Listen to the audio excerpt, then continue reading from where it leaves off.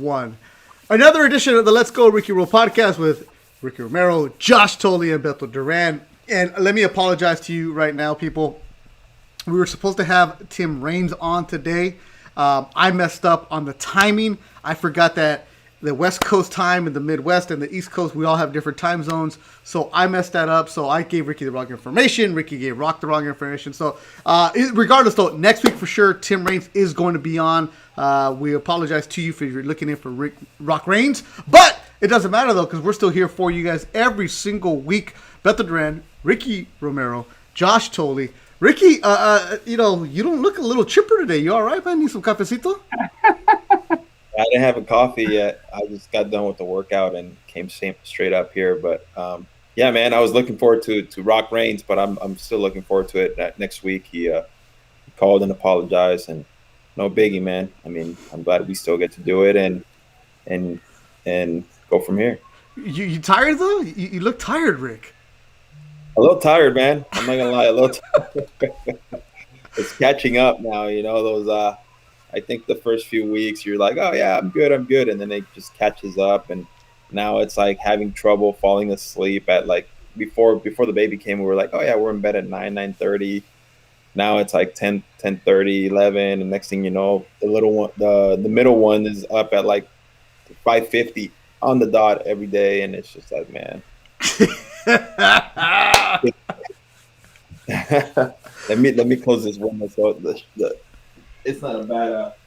He's a mess right now, Tolley. He's a mess. Yeah, he's a mess. Yeah, back to back. He acts like he's blaming it on the baby, but I have a feeling you guys have been golfing a lot. No, we haven't been golfing. I was golfing last week. I was on golf bender last week. You know, I went down to play Torrey Pines, where the U.S. Open is going to be in a couple of weeks, and I realized I don't belong on that course. I played Monarch Beach and Dana Point. I belong there. That was real nice. But no, I haven't seen Rick in a couple of weeks, man. Hey, Beto doesn't belong any. Go ahead, Ricky. Finish your sentence. He doesn't belong on any of the golf courses.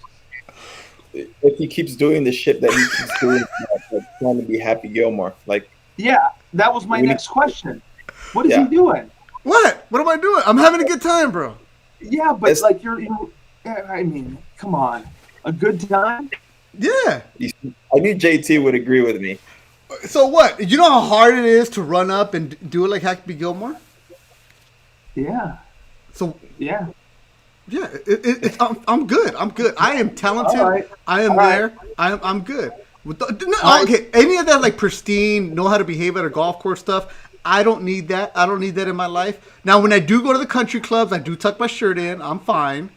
I've gotten better. I actually bought golf shoes. I'm getting there. Oh, okay. That's you're halfway home. I hope Torrey Pines saw that video and they never allow him there ever again for doing stuff like that. First of all, I saw a message right away. I was like, dude, how do you disrespect a course like that? Now, Go do it at a 9-hole course, all you want. That Pico Rivera course where you play, but U.S. Open place, Torrey Pines. For the record, you can do the Happy Gilmore at some dog track. But at Torrey Pines, what? Hey, that's who I am. I am a man of the people. I am doing what the people would do. And for the record, that tee box, if you guys want to go on my Instagram, you'll see me doing it. That tee box is at Torrey Pines. That's the tee box that they're not going to use. That's the 610-yard one. So the one that they're going to use in a couple weeks is a tee box before that. So that's the one that's up there by the cliff, by the ocean. They don't even use that tee box. So we went up there. So I beat up a tee box that they're not going to use. I do have some respect. All right? Okay. I feel better. Yeah, some respect, not too much. Plus, they charged me $90 for the cart girl, so I'm going to do whatever the hell I want. It costs more for a round of drinks than it did to actually play the damn course. They're expensive. Cool. Hey, you've been to a club in Vegas. I mean, how much is a drink there? I wouldn't know. I don't know. I got rich friends, so I don't know how much it costs. What's up, Razo? They always hang out with the people in charge with the credit card from the box. So when I work fights in Vegas, totally, I don't spend any money because I go and hang out with the people who have the expensive card, the expense reports. Heck yeah, let's go. Forget that. I ain't doing nothing. Yeah. What's up, Razo? Yeah. Hanging out. All right. Before we get into what's going on in the show, Tolley. last week we had a message after the great Tulowitzki interview that we had on the podcast. Go back and listen to it. And people really do believe that the urban legend that I'm saying that Tolly lives in the woods and he has no cell phone service, like people are starting to have this image of you really living like by candlelight in the woods, right? Now tell Ricky what you were doing today. What did you do all this before noon today? Well, so I chopped up a cherry tree today with a chainsaw. I weed whacked for Catherine today around her little flower garden, so I got that done. I came here, do my podcast, and then I go back up the hill to the golf course, and then I'll trim some ditches, weed whacking for my buddy over there. And then we have a little league game tonight, and I have a catching lesson tonight. I'm doing the catching lesson. I'm not getting lessons. Good thing Tulo's not here, or else he would be saying you are getting catching lessons. Man, and by the way, that was a really good podcast. I think that was dynamite. I didn't think that was good. I thought Tulo was going to be a little bit reserved, and he didn't know what he was putting himself into, but he clearly went back and listened to some episodes, and I think that's what made him comfortable. Yeah. And dude, I got a lot of messages and a lot of people saying like, dude, that like you got him to open up like nobody really ever has. And the fact that he told the story about how he retired and all that nobody really knew, I thought that was pretty cool too. So I'm glad he was able to open up and kind of just have fun with it. I that's what I told him. I was like, dude, we have a lot of fun. We just talk shop and there's nothing crazy. Cause he was like, dude, what topics are we going to talk about? Like, don't ask me anything about now, or like, I don't know anything that's going on now. And like, it's not like that. And I think it came out really good. I thought it was awesome. I too, Ricky, I have friends that listen to this podcast that live here in New York, and they keep telling me, they said, wow, the Tulo one was outstanding. But as I was telling Beto a while ago, they're starting to get interested. Now they go back and listen to really all of our other ones. And I keep getting positive feedback. So I do love that. Yeah, we are. Make sure you guys rate, review, leave all the messages. We do see them all also on the Let's Go Ricky Roll Instagram. Got this message from Ross Marnie, our listener in Scotland, an OG listener, and I sent him the stickers back last year. Ross sends this message and says, Tula was so dope, man. He has that many O's in there. Love Tolly on the podcast. Also, great addition. There you go, Tolly. The stories about the haunted hotels. Guys and the clubhouse attendants. Love him. Love that stuff. Everybody hears the stories about the game in general, but it's great to hear the minor league stuff, the clubhouse stuff, the bus journeys, the plane stories. Love it all. Keep it up. Ross in Scotland. So appreciate you, Ross Marnie, listening to us in Scotland. So that's what we're here for. We're here to give the people the behind-the-scenes stuff about what it's like in the big leagues. And I do know this, that the other day, a friend of mine sent me a message, said he had his baseball team in Central California listening to it. They were listening to the Alan Trejo episode, and he also has these kids. So we got high school kids at Roosevelt High School in Delano, California. Their baseball team is listening to it, and he said these kids are like, dude, this is awesome. This is what it's really like to hear from those kind of guys. So we got Scotland, we got Central California, we got everything. We got it all. So here on the podcast for you guys. So you feeling good, Tolly? I'm feeling great. That fires me up. Hey, we might have to clean our language up a little bit, knowing that high school kids watching this. Dude, have you? That's what I was thinking too. I told Carl after I was done with the Tulip, I was like, man, like, maybe I have to tone down the cussing. But sometimes you're just like you feel like you're in a clubhouse, right? And you feel like you know what we're going for, and it just comes like it's not like it's pre-planned or I plan on saying this many cuss words, but it's like it's shop, and I feel like that makes the guests feel comfortable too, because Tulo's dropping F-bombs, and it's just like it doesn't feel rigid. Well, that's what I said. I felt like I had like deja vu. I felt like I was sitting in the cold tub drinking a freaking blue light after a baseball game with the guys, 4 or 5 guys today. I said that's exactly what it felt like last week, and I love that about it. Now let me ask you this, Tolly. How? Because I went back and listened to it when I was running the other day. Yeah, I'm training to do the LA Marathon, Rick. In November, I'm going to do it. So, man, that's stupid. Anyways, I was listening to it.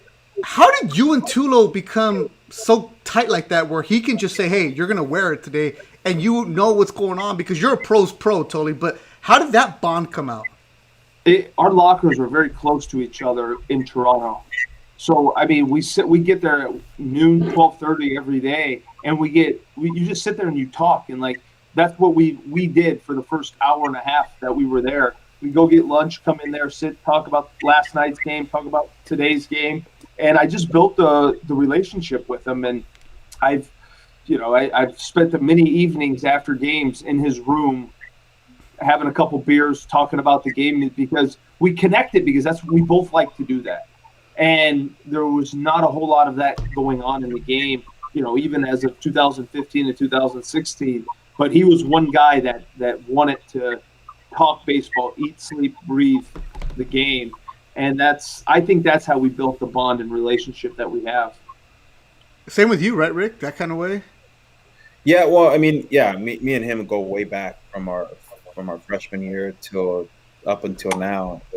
We just had an instant bond, and it took a while because when I got to Team USA, we had just won the World Series, and I had talked to him before, but not really. Like we just competed against each other. And I remember when I showed up to the hotel, I met the team in North Carolina or South Carolina, I don't remember.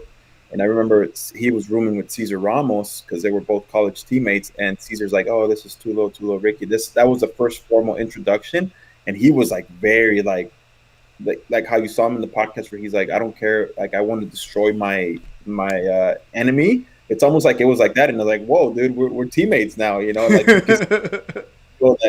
that rivalry of the Long Beach Fullerton matchups that we had. And then next thing you know, we hit it off. Like I mentioned in the podcast, we roomed together, and we just grew closer and closer. That junior year, I remember when we got drafted, we were calling each other like congratulations, and then he called me. Well, he called me first because I was drafted before him, and dude, it was just that our bond just continued to grow. And then obviously once he got to the big leagues, he became a superstar right away. And for me, I don't like bugging people when they're in the middle of doing their thing. So, yeah, I mean, it just, we faced each other in the big leagues, like I said, and next thing you know, we just, he ended up with the Jays, and Jays fans were happy, and they got out of him. Yeah, and it was like when you tell me who we're gonna have on, Rick, I'm always like, all right, cool, no problem. I've been doing this a long time. I'm not intimidated by interviewing anybody. When you told me Tulo, I was like, fuck, like I don't know this guy. He doesn't really like the media. He doesn't do interviews. He's super intense. And when you're doing it on a podcast and everybody's on their computer, there's like a little bit of a delay. I'm like, I honestly didn't think it was going to be good, but I'm going to go with it. And then we like keep people behind the scenes. Like before we come on the show, we talked like for 3-4 minutes, and he's like, "Yeah, I've been watching you. You do this, this, and this." I'm like, "Damn, you did your research on me?" Like, oh man, I'm like, this is going to be one of those days. I honestly thought the podcast was going to be like 20 minutes. And then he was going to hang up on us because he's so intense on it. No, because it's like, okay, what more do you guys want? And then all of a sudden he's opening up. Yeah. He even had a smile. And I'm like, but he is a nice guy. You can just tell. But that's just his demeanor. And I'm like, dude this guy was awesome. He talked about a guy who loves baseball, like nonstop. And, to be doing it at the college level, that's a whole different beast from what I've heard. It's a job that's 24/7 for the whole year, whether if you're playing and after your season you're recruiting and it's just nonstop, and he loves it, man. He told me, he's like, I want to be the fucking Nick Saban of college baseball. and I feel like if he sets out to do that, he's gonna go and do it. Dude. Yeah, I was gonna say, don't be surprised. Yeah. One thing that when I went back and listened that caught me, because while we're doing the podcast, I'll write down notes on like what I want to edit and stuff like that. But what caught me was when I think one of you guys asked him if they knew those kids on his team at Texas, if they knew who he was, like how good he was. He was like, no, not really. He didn't say it in a cocky way. It was just more of, no, because they're kids. They don't really pay attention to what's ahead of them. But like that attitude from him was like, it's cool. I don't need to tell you who I was. Like, I don't need to show you my baseball card. Because how many guys do we know that tell you everything? It's like, dude, you got drafted in the 60th round and you never got to pass A-ball or spring ball, and you're like an instructor now, right? You know what's funny? I don't know if you ever met him, Josh. It's a funny story. You know who was like that? Jim Palmer. Jim Palmer? I met Jim Palmer. What would he do? Oh, dude, I remember the first time I was a rookie, and he's down in BP, and you know how we stretch on the third base side in Baltimore, and Yep. while they're hitting BP, and he walked down, and somebody was like, "Hey, this is Ricky Romero, Jim Palmer," and he goes, "Jim Palmer."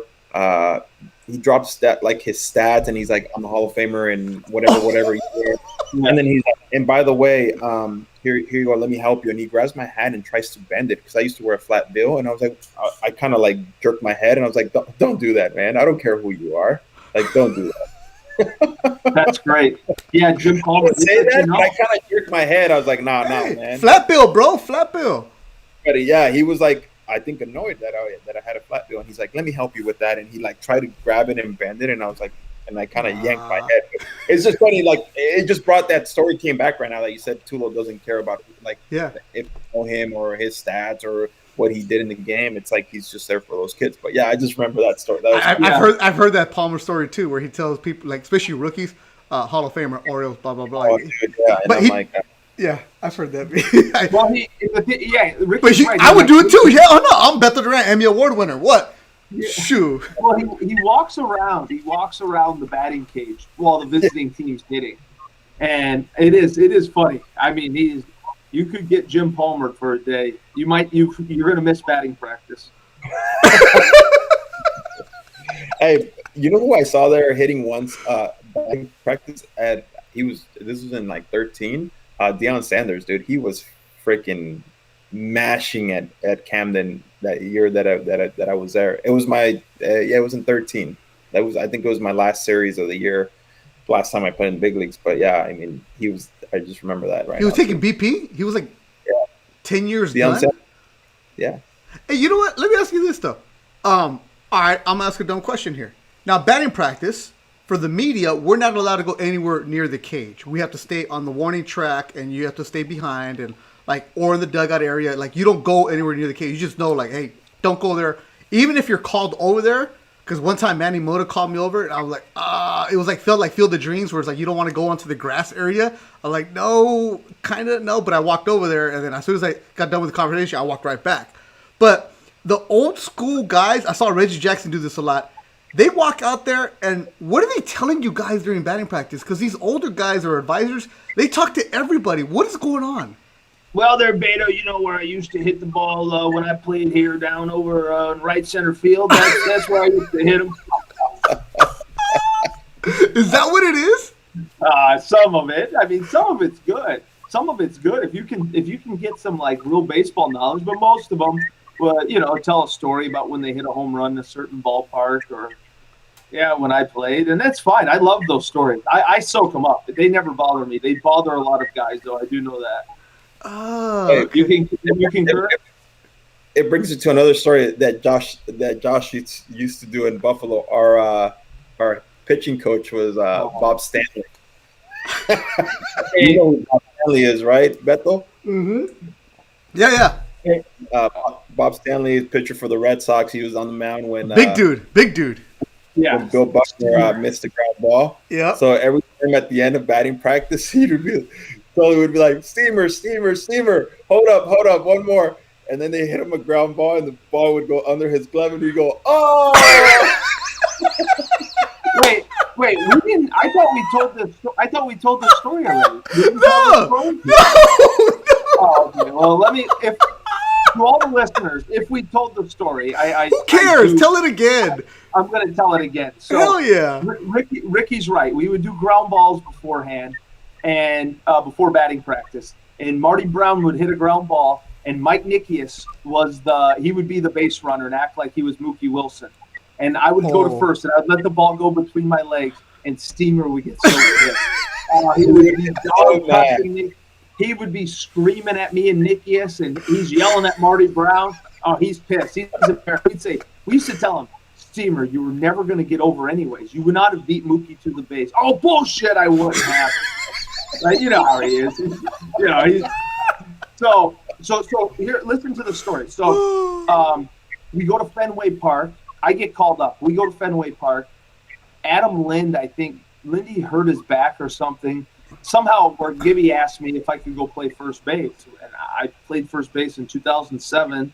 That was the last time I played. So Fenway Park, Casey Jansen's pitching, Shane Victorino's hitting the tying runs on second base. So Casey Jansen's going to throw Victorino cutters into him, right? I'm thinking, well, here comes the ball. Just get ready. We're in Fenway Park. Sure enough, he chops a ball to me, and instead of just backhanding it, it was a little bit in the hole. I shuffle my feet to like chest it up, and it goes right between my legs, and we lost. Yeah. Yeah. I think I remember watching that. So my locker at Fenway Park was always like kind of tucked in the corner a little bit, and Gibby's office was a shout. Like Gibby could yell at me and say, so I'm in there and I'm pissed. I'm like, holy shit, I just lost our team in the game. And my phone is above my locker, just buzzing like crazy. I thought, Jesus, who keeps calling me? So I look at it, and it's Marty Brown and Bob Stanley trying to get a hold of me. So all of a sudden, Gibby says, hey, JT, come on in here. I thought, well, I guess I'm out of here. That's what I assumed. Well, he had Steamer on the phone.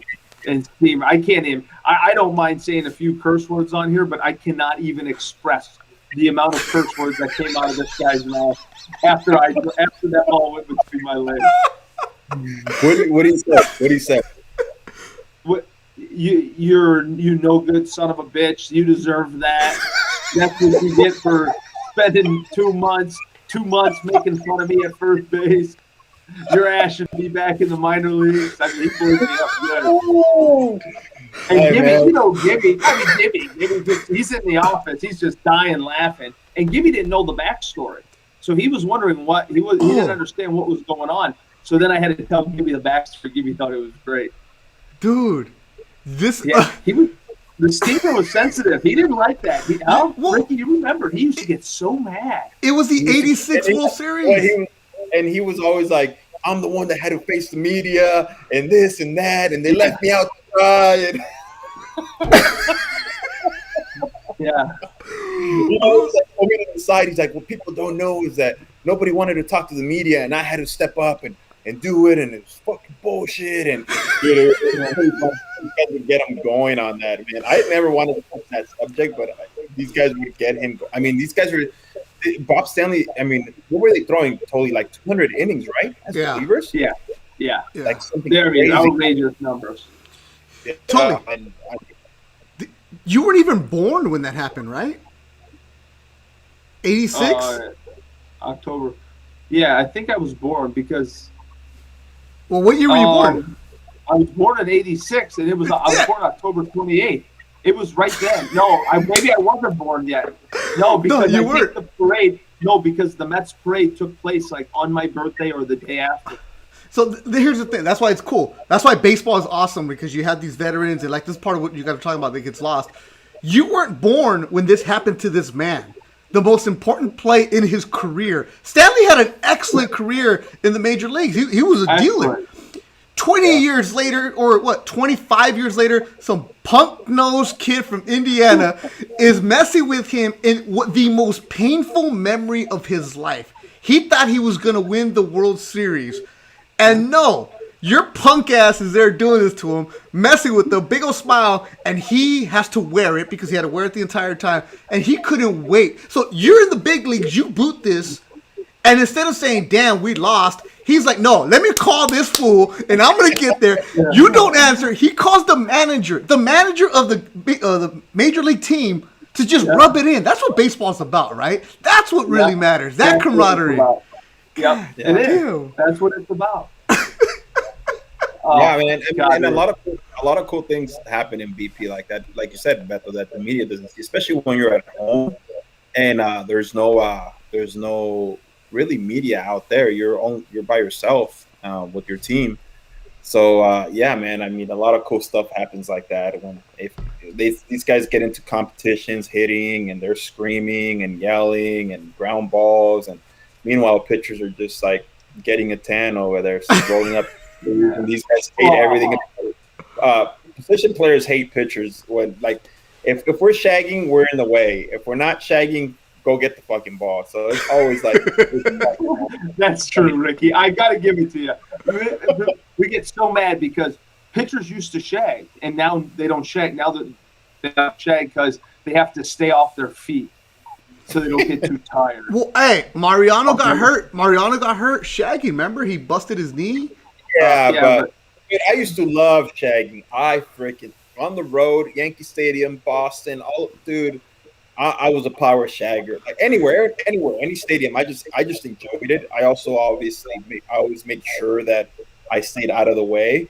But there's sometimes where you get in the way and position players give you the eye. Like, what are you doing, dude? Like, I'm out here trying to get to work. What are you doing? You know, or if I miss a pop up or something, the hitting coach was all over me, and he's like, "And you want to play the outfield? You're fucking crazy. Get out of here, man. You stink." So it's just always like, yeah, we're in the way somehow, some way, and these guys hate it. Yeah. But I don't know now. Yeah, obviously now they don't shag, but when we were shagging, yeah, man. Like if you get in the way, if you especially a ball in the gap and the guy's reading it, and here comes a pitcher trying to make the play and try to be cool, and you get in the way. Dude, it gets serious. Well, totally. You weren't here when we had Kevin Bijou on, and Kevin told a story how he's at Wrigley Field and the ball smacks him in the face, and Sammy Sosa's picking him up and takes him into the batting cage, and Jeff looks at him like, his dad Craig looks at him like, well, you should have caught the ball. Like his face is all busted up, and Sammy Sosa bringing him in at the tunnel at Wrigley Field. Like, get out of the way, kid. Yeah, what are you doing? I mean, that's what I miss. I miss the ball busting and that is, I told Tulo that the other day, actually. I said, yesterday or last week's episode made me miss the game because I miss those types of conversations and that kind of ball busting because you truly can't get it anywhere. Yeah. And in a good way, right? In a great way. Yeah, absolutely. Y'all heard how Tulo blew me up, and I just wear it. I just take it. It's fun. And there's certain guys you can do that with, too. Yeah, right. You got to know. You have to know your people. Yeah, you're not doing that. There's some guys that take it the wrong way or want to fight, or they don't talk to you anymore. You just got to be able to, I was always kind of just the one that, Ricky, you're Switzerland, man. You get along with everybody. Everybody loves Ricky. You're super nice, and that's a great quality in you. Me and Tolly, we're gonna go after people. Nah, totally. I come in hot. He come in hot. He would take it. But Tolly, at the same time, they're just jealous of you because you get to play every 5 days. Yeah, that's what they're just pissed off. That's what Tulo said. They're pissed because I would just dick around for 4 days. And then play it one day and then dick around for 4 more days.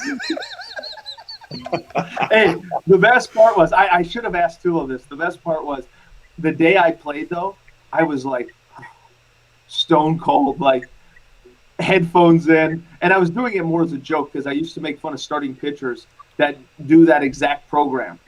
They goof off for 4 days, and then when it's their start date, you're not even allowed to talk to them. So I'd walk around and be like, no, nobody can talk to me today. I'm playing. Hey, Ricky, say that's not true, Ricky. Say that's not true. It's true. That's true. Yeah. I mean, I was the opposite. I never wanted to be like stone cold, like don't talk to me. It's just another day in the show. Let's go. Like I would lock it in. I would lock it in from when I'd walk into that training room and it was time to stretch and put on my uni and walk out to the tunnel. That's when I would lock it in. But prior to that, man, I was shooting the shit with everyone, and it's funny because position players will come up and they're like, "Oh, you're pitching today. Sorry," and I'm like, "No, don't worry about it. What are you gonna do 3 hours before the game? Like, are you ready?" That's too much energy to waste, in my opinion, as a pitcher. If you're locking it in at 4:00 when the game's at 7:00, it's like. Pump the brakes. There's a time and place when you can get going like that. Like I told Ricky the story about where Dwight Howard's first time with the Lakers, and he's in the locker room eating chicken McNuggets and like bullshitting with the media, like hour and a half before the game, and Kobe walks by and just headphones on and looked at him like just looked at him, shook his head, and Dwight kept on laughing. Whoa, whoa, whoa, and I was like, oh, this isn't gonna work well. That was like the first month of the season. I was like, I think I even told you, Rick, I'm like, something ain't gonna work right. And sure enough, Dwight's like, how are you guys doing? What apps do you have on your phone? Blah, blah, blah, blah. And I'm like, Dwight, this isn't fucking Orlando, bro. This is the Lakers. Like, step it up a little bit. Clean it up. And I'm like, I shouldn't even be here, but Dwight's going to talk to us. Okay, let's go. Because you guys know this. The moment one guy talks to the media in the clubhouse, everybody congregates around him. And it's like, we have nowhere else to go. So No, that brings me to this. It's a funny story too. I mean, we were in Buffalo too, and I remember Josh will laugh at this story because as loose as he is, as calm as he is, or as like funny as he is. I was pitching, and I wasn't, like I said, I was in Buffalo. I wasn't doing very well, but I was locked in this game, and Josh had a little bit of trouble catching, and Mike Mickey came up to him and was like, Josh, like this is what you got to do to handle. And dude, he was like, not now, Mike, not now. I can't fucking catch the ball, not now. And I was like, whoa, like outside of Josh. Yeah, I couldn't catch a baseball. I couldn't block it. I couldn't catch it. The thing was, the movement on the pitches were just all like. The moves were so big, and I just couldn't catch the ball. And I must have how many I missed, Ricky? Probably 3 or 4 in a row. And then I came in, and it was one of those rare games that I had that were good in that was good in Buffalo, and Josh was having trouble catching it, and I was like, dude, don't worry, man, don't worry, don't worry. Josh, it brings me to this. Did you ever have a game like that in the big leagues where you were like, oh my god?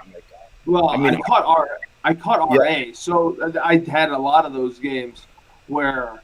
I mean, I remember in Houston very well.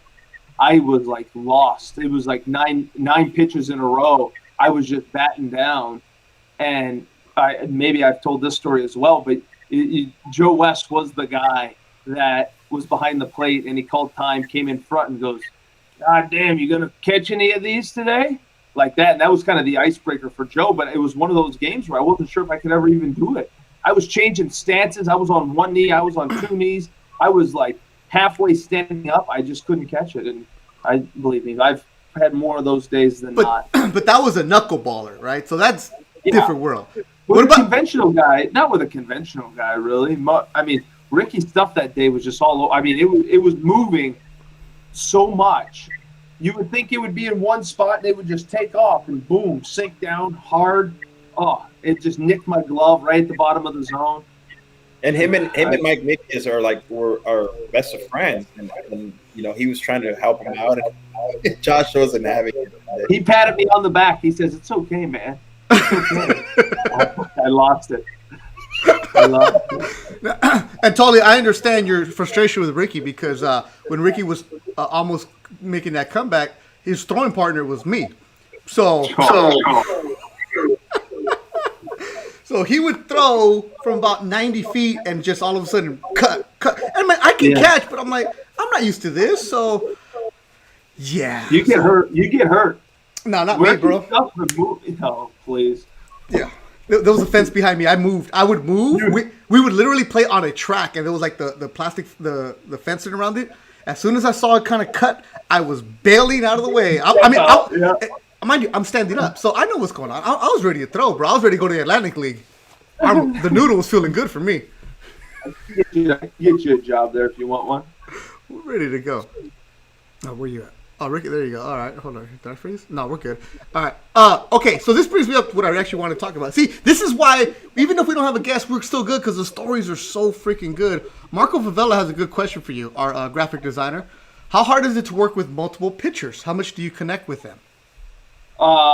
Marco, I have one thing I felt I took pride in was spending time with the starters and the relievers, right? The luxury I had being a backup catcher was I could be out in the bullpen during the game and catch and get to know them on a personal level. So from that perspective, I had a great relationship with most of them. There was always 1 or 2 guys on the staff that always gave you fits, but that's just kind of how it goes over the course of the season. Now, I will say this. One of the hardest things to do, doing what I did, catching a knuckleball, was when, let's say RA goes 6 innings, and then all of a sudden they bring Aaron Sanchez out of the bullpen who's throwing 100. Oh, fuck. That was always the hardest.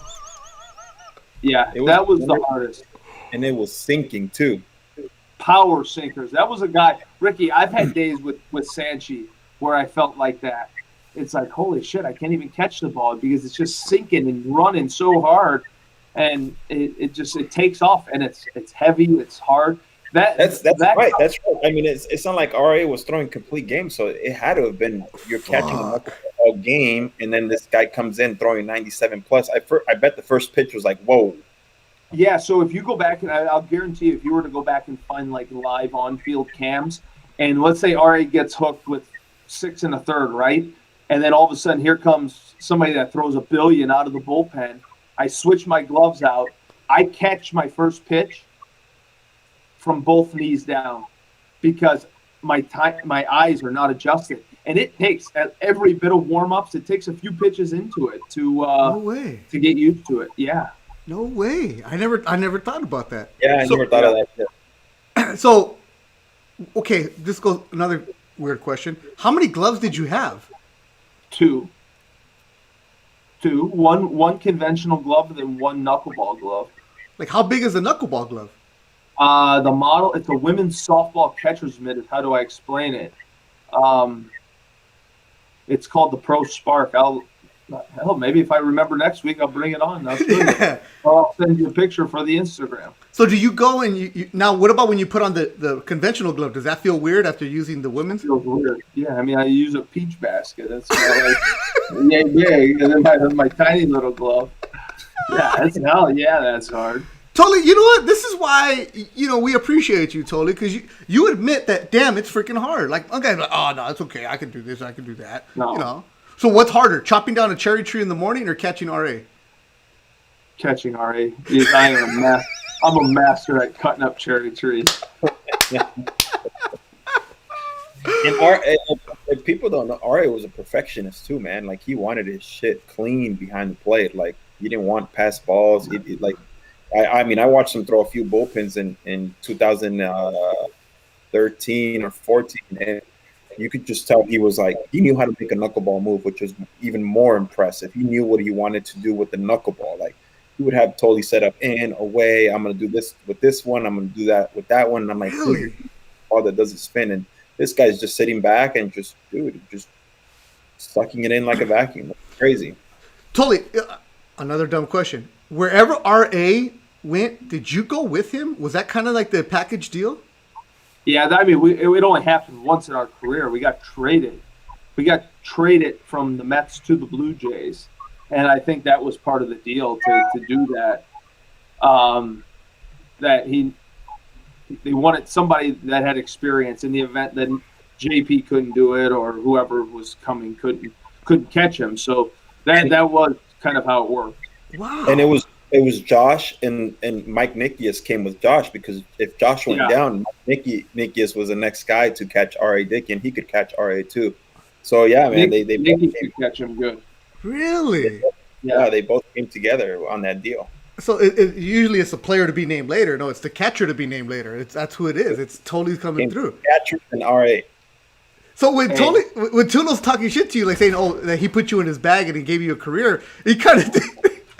Well, okay, hold on. Let's debate this real quick. Right? I've talked in depth about this with people. Okay, here's the deal. I'm playing every day. I'm playing every day for the New York Mets at the time. 2011, 2012. I'm catching a ton, right? I get traded to Toronto. Alex signs me to a major league contract, pays me, which was unbelievably nice of him. And then I get optioned to the minor leagues. At that moment, I then became like a specialty catcher. So maybe if I didn't get traded, I would still be catching for the New York Mets. What do you think? Probably. Would you be on one knee? That's the question. Would you be doing the one knee? I have no idea. I might be on two knees. I might not be able to walk. Hey, Marco has this other good question right here. How does R.A. Dickey ask you to be his catcher? Like, hey, want to be my catcher forever? Yeah, how'd you come about being a catcher? Let me tell you, that's not how that went. Totally, you're the best. Okay. You're the best, All right. totally. Here's how it went. 2010, I got called in the office at spring training. Terry Collins, skipper, I think. No, Yeah. Terry Collins wasn't the skipper. Jerry Manuel? Jerry Manuel might have been. 2010 Mets? Okay, I'll figure. Anyways, go to the start. Okay, I'll get you. yeah, regardless, the skipper called me in. No, it definitely wasn't Terry. It had to be Jerry. So I get called into the office. They said, "Hey, we just signed this knuckleball catcher. You're going to go to AAA to start the season." They told me this in spring training. They said, "Unless somebody gets hurt, then you'll probably be the guy." So they said, "We signed this knuckleball guy. Why don't you run around, learn how to catch him, just so you don't have an off day in AAA, and then you get to learn how to catch a knuckleball?" So I did that. I took that advice. I followed RA every single day in spring training, and I just played catch with him. I caught all of his bullpens. I kind of hogged it a little bit, right?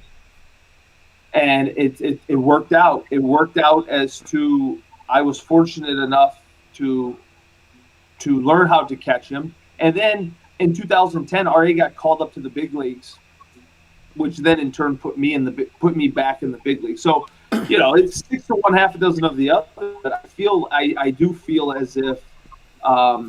So Marco, that's how that came about. But I do feel as if you often wonder if I wasn't a specialty catcher, would I have been an everyday catcher? I mean, nobody knows that. I do it just to butt balls, but I think it's funny. It would have been you and Yachty competing right now. Jesus, most games caught in the history of baseball. But that kind of says a lot about who you were as a player too, totally, where it's like, hey, whatever you tell me to do, coach, I'm going to go and do it because you want to go and figure things out. And I'm looking at the 2010 Mets roster, and it was Jerry Manuel. Rod Barajas was 34 years old.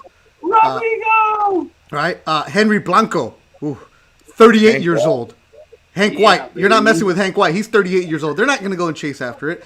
23-year-old Josh Tolley is going to do what you got to do to stay on the team, right? Oh, you betcha.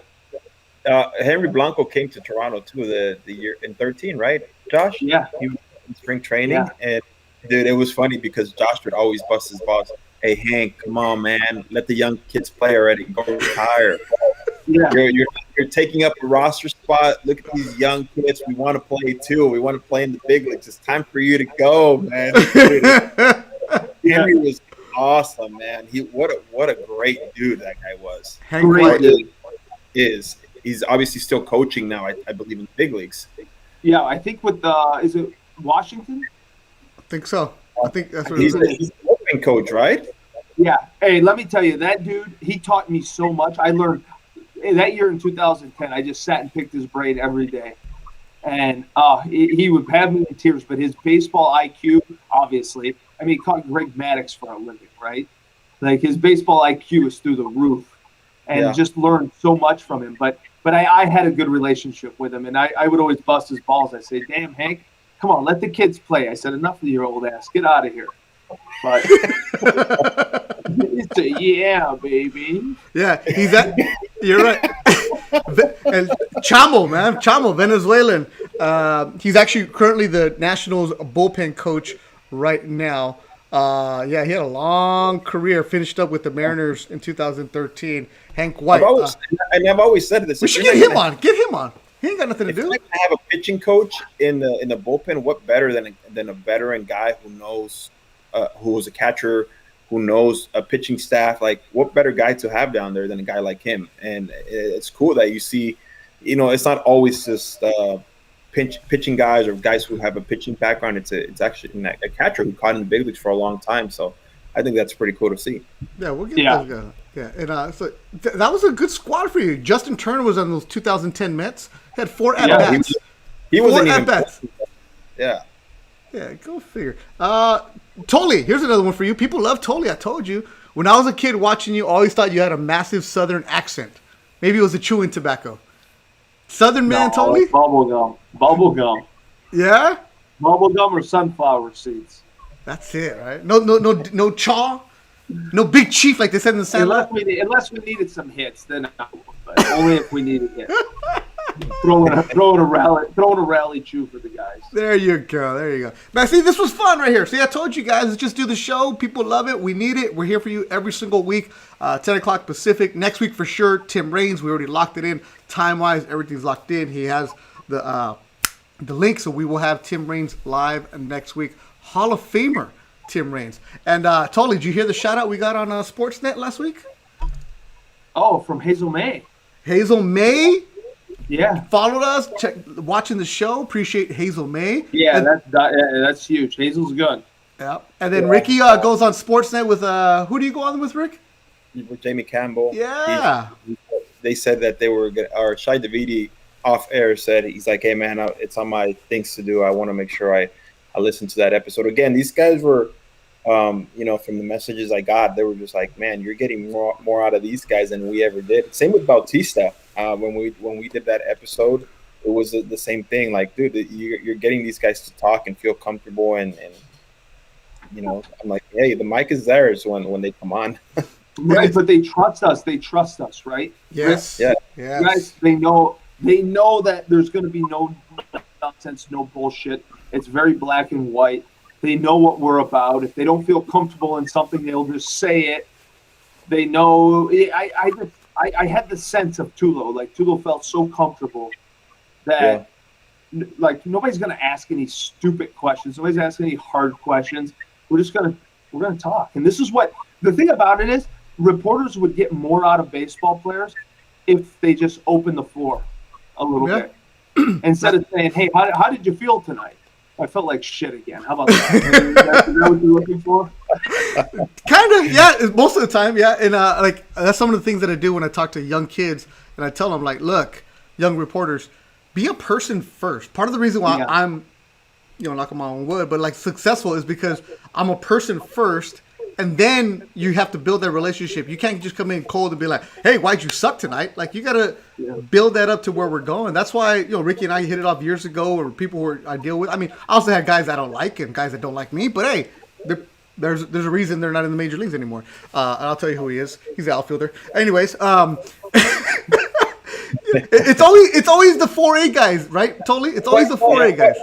But you also have to understand that the one thing I always said, the media has a job, and just be respectful of that too. You know, just be respectful of people that they got a job to do. Yes, they're going to ask them questions sometimes, but just deal with it. And I feel like for me, even, you know, when I was at the top of the top and the lows of the low, I was the same with them. You know, it was never like why are you asking me that question? It was like, I mean, sometimes I feel like, and you would know, but sometimes it comes from the network itself, right? I mean, or whoever they're saying, hey, ask these questions, and they have to ask them. And as dumb as they sound, sometimes I feel like it's just part of their job. Well, I'll say this because people say playing in New York is so hard, and it is. Don't get me wrong. New York media beats you up. They can chew you up and spit you out. But the one thing that I learned was, in Jay Horowitz, that would be a great guy to have on here. Oh, He's hilarious. But Jay had taught me at a very young age, getting into the major leagues, that accountability, be there, tell the truth. And I think there's no truer statement than being accountable. When you shit down your leg, come and stand in front of the cameras, take your lumps. Because if you don't do that, these people, they will chop you up into pieces. If you do that, they're more apt to being nice, I guess. Nice. I don't know if nice is the right word, because, hey, there's some guys in New York media that I have a decent relationship with, and they wouldn't bat an eye at writing a bad article, and they'd say, hey, JT, I just got to do this. Yeah. Sorry, you're playing like shit right now. Yeah. What do you want me to do? The New York media is different because there's so many different outlets. So there's so many people inside the clubhouse. And JT, you might have had like 10 reporters at your locker, but there might have been 15, 20 at a Yankees game. It's just so different. Same thing with the Dodgers. You'll have 10 people at one game. In Anaheim, Pujols will be there. There'll be one person, and that's usually the TV network. It's just different markets, different. At the end of the day, if you mess up, just stand there, wear it, and move on, and then we forget all about it. It goes away tomorrow. It goes away. It does. It really does. And when you're struggling, it like JT said, those guys say, hey, man, like, I got to do it, you know? And it's like, dude, I mean, it can't be all the time. It can't be like, oh yeah, Ricky, you know, he battled. He gave up 10 runs in 2 innings, but he no, I did battle. It sucked. That's right. But you guys also respect somebody who'd rather tell the truth all the time, and as long as you're there. I also learned that also early, because while I was working Sports Talk Radio, I told early, hey, if you're gonna rip somebody, you better show up the next day and stand in that locker or that clubhouse and be like, look, yeah, I said it, I'm here. Like, I'm not hiding from you. Like, you know why, and you know why it's cool too, because these media guys, when they're talking to you off the record, it becomes a me to you Yeah. relationship. You're like, okay, like this, it's cool. I dig this, you know, and I understand the business when he has to turn it on and be like, okay, this is the questions I gotta ask. But then there's the guys that are like, you know, try to like just it's all for show. I feel like, and kind of see that and feel that. But those guys usually don't last too long. But for the most part, I feel like in Toronto, I had a good relationship with almost everyone, and I think that's part of the reason why I've been able to come back and have a good relationship with them. Yeah, that's why you're getting better at TV. Totally going to be a TV guy pretty soon. I'm going to get you guys going. Totally. This is your 11th podcast episode with us. Make sure you guys go back and listen. If you're new to the podcast, we started episode 40 with Tolly. The show updated in March. We've had talk about his Venezuela experiences, Ghosts. We've had Joe Musgrove, Alan Trejo, Pat Hankin, Troy Tulowitzki. You've only interviewed 4 different people, so we're getting better. Go back and rate, review, listen to the other episodes, and you'll have a lot of fun. And you're going to see the progression of Tolly. Tolly started off in rookie ball. Tolly's in the big leagues now, man. He's bringing it. The more I listen to Josh, honestly, and I would tell him, not just because we're in front of a camera right now, but I wish like I would listen to him on a pregame show any day. Just because he the way he understands the game, the way he talks about it, the looseness of it, he relates to players, but he can also be a pro at it. Yeah. When it comes to talking, hitting, catching, and when we met, I say it again, when I mentioned him coming on the podcast with us, I was like, what better guy has a relationship with pitchers and also has a relationship with position players and on the offensive side. But I'd like to see him, and that's something me and him have talked about off the record or off camera. About maybe one day, hopefully going up to Toronto and working together. Forget Toronto. I need to get you guys on MLB Network. But the views and opinions of Beto Duran are the views and opinions of Beto Duran only. We'll leave that alone. Well, thanks, Ricky. I appreciate that. Yeah. I do love doing this. This has been so much fun.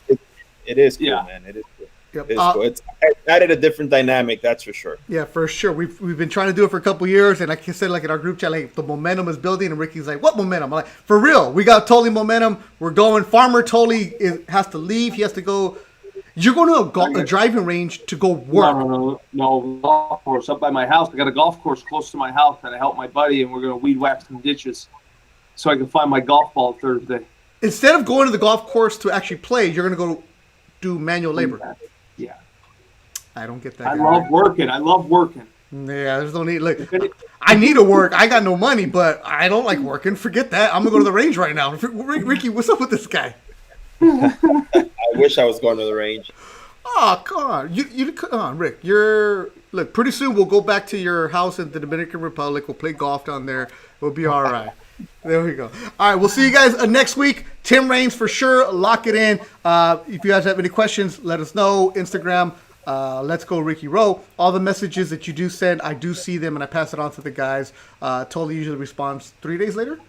No, I get right back to you. Don't listen. All these fans, don't buy into this. I live off the grid a little bit, but I don't live out in the woods with no light. 24 to 36 hours guaranteed. No, you know what? Hold on. Let me look through the message. Yeah. This morning, he must have had a good reception this morning. Oh, he did. Okay, no. Day of the podcast, he does leave his grid or his wilderness, his encampment, wherever he's at. But usually it takes a couple of days. And I know your wife is listening to this, and she's not in her head. She knows what's going on. Let's see. That's right. Yesterday I texted. He responded back immediately yesterday. Yeah. See. Okay. Well, after the Tulo episode, you texted him, and then I texted him, and then we didn't hear anything. Yeah, you're right. 2 days later after that one. I said dynamite. I said that was dynamite. Great word. What do you guys want me to keep writing to you guys? I ain't got that kind of time. Right. Tulo episode is last week. Totally. Yeah, Totally, you're the best. All right. Ricky, I'll talk to you Good job, soon. guys. We'll see you guys. All right. Another edition. We'll see you guys next week. Thanks for listening. Let's go, Ricky Rowe.